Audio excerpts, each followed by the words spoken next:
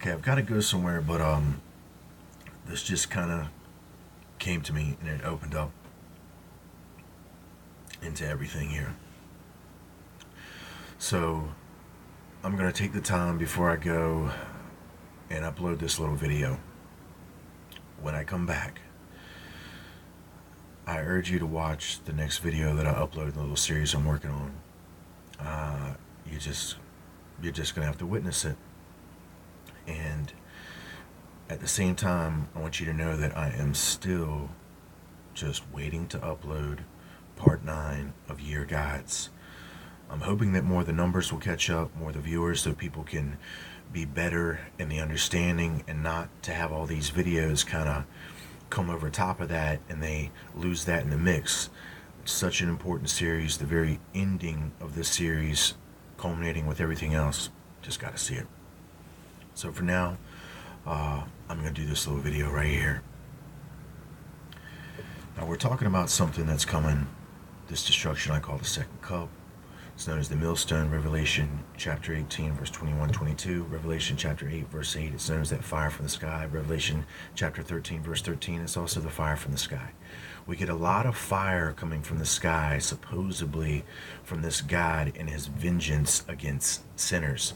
Jesus Christ has already declared, as I've showed in the series I'm currently working on, that that fire is not coming from him. He furthermore declares about the casting of stones, that he who is without sin, let him cast the first stone.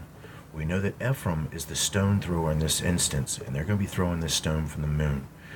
We're going to show that in this next series in an incredible way through the scripture and the sights of Zechariah. But this Ephraim being the stone of Israel in chapter 49 of Genesis is really going to be the one that casts and is casting, and it's his job to cast this stone at who he believes are the sinners and the Gentiles, the non-believers, and their God, in which we know that their God relates back to Enki, this Lord of the Abyss, which is recognized in the description with Jacob's well, and where Jesus Christ speaks out and says that he who drinketh of that water is going to perish. Basically, they're gonna die, and they have died, but he who drinks of his water is going to live forever.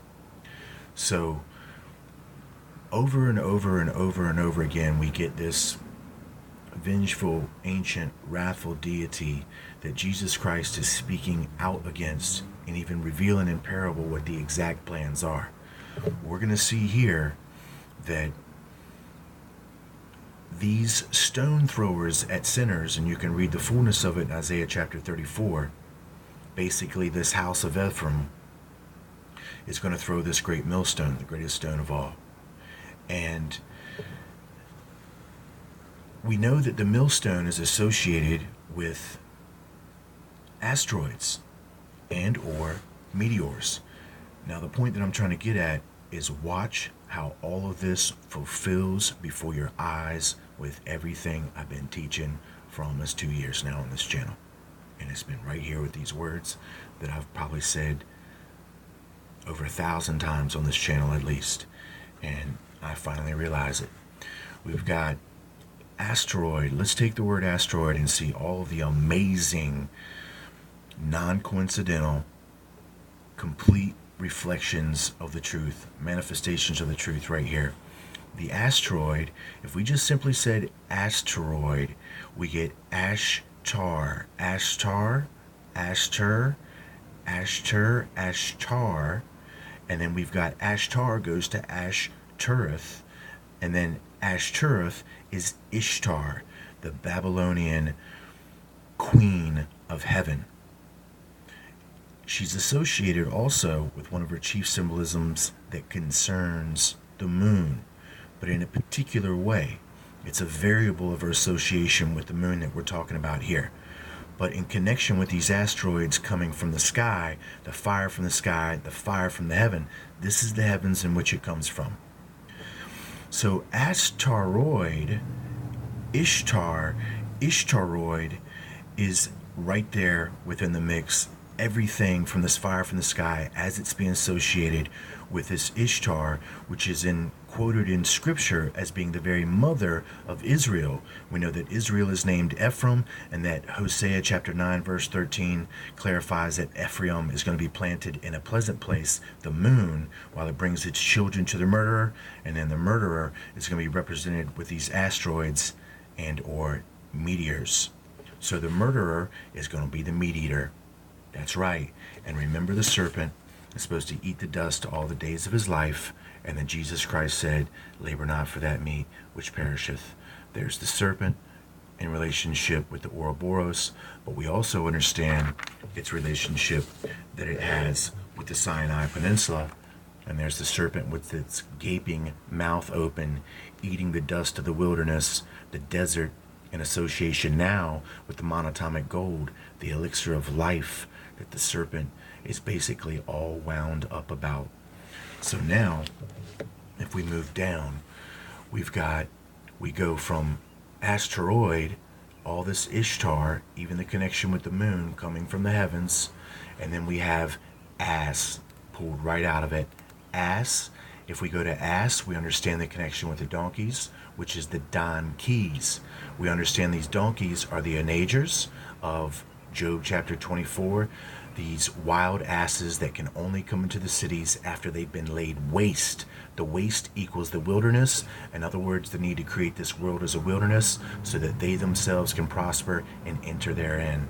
We know that these asses, or the Don Keys, are really a reflection of the Nod Keys, of which these people of the land of the Nod were the key for the genetic descendancy of these sons of God to continue to develop the Elite race, which all sprang from these ancient mighty men, which were who these Nods are, and the keys you can think of this genetic key.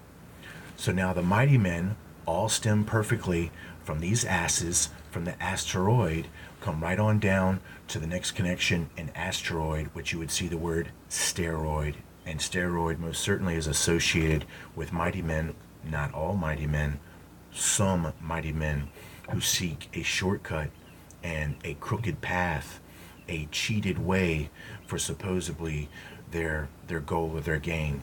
So we go from ass and then ass steroid, which are these mighty men that basically are going to make our average large men look like boys compared to these beings. So we have the mighty men now relate back to the locust. So if we pull it back to the last word, which could really be an anagram, if you will, which would be droid, then we have the connection with the Greys and the Reptilians. The Greys and the Reptilians are really not a real species. They're a created species. They are biological, but at the same time mechanical.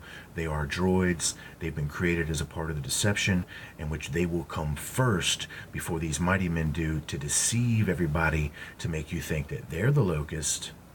And then, of course, these mighty men come after them to dispel them, and, of course, dispel the supposed wicked governments of our world, when in reality, these wicked governments of the world are going to the moon. They're going to a pleasant place, and it's all a big scam. So here we go. Back to Meteor is now going to have the meat eater in it.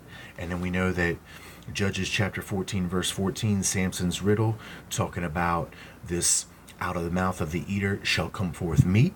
And as I've told you, that's a representation of this Ouroboros timing. It's a representation of the serpent itself when he achieves his goal, and he's the one that is giving the supposed word of life on this world. So out of his mouth is going to come the supposed substance, to where Jesus Christ says no, that it's actually the word of the Father that man shall live upon. So he's trying to be the new word. He's trying to be this meat eater, and as you can see, the only thing that he's eaten is himself. So we go from meat eater directly out of Meteor. Meat eater. So right out of this meteor crash is going to come the meat eater, who's going to try to give us this meat. Well, as I told you, Jesus says, labor not for that meat which perisheth. Who labor not? Who's he speaking to? Well, he's speaking to those that are doing that great work, that are doing that great labor, right? To achieve this meat eater, right? You see Jesus talking to you? Exactly right. So it says in Judges 14:14, as I said, double.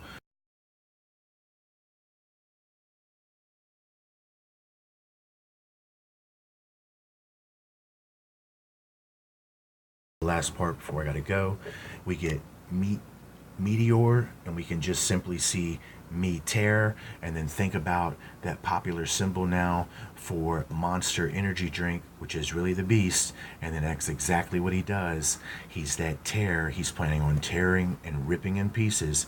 Meteor, the meat eater tears. There's his symbol for Monster Energy drink, tearing, and then we know that that is the Hebrew equivalent for Tave, which is the numeral for 666, the mark of the beast.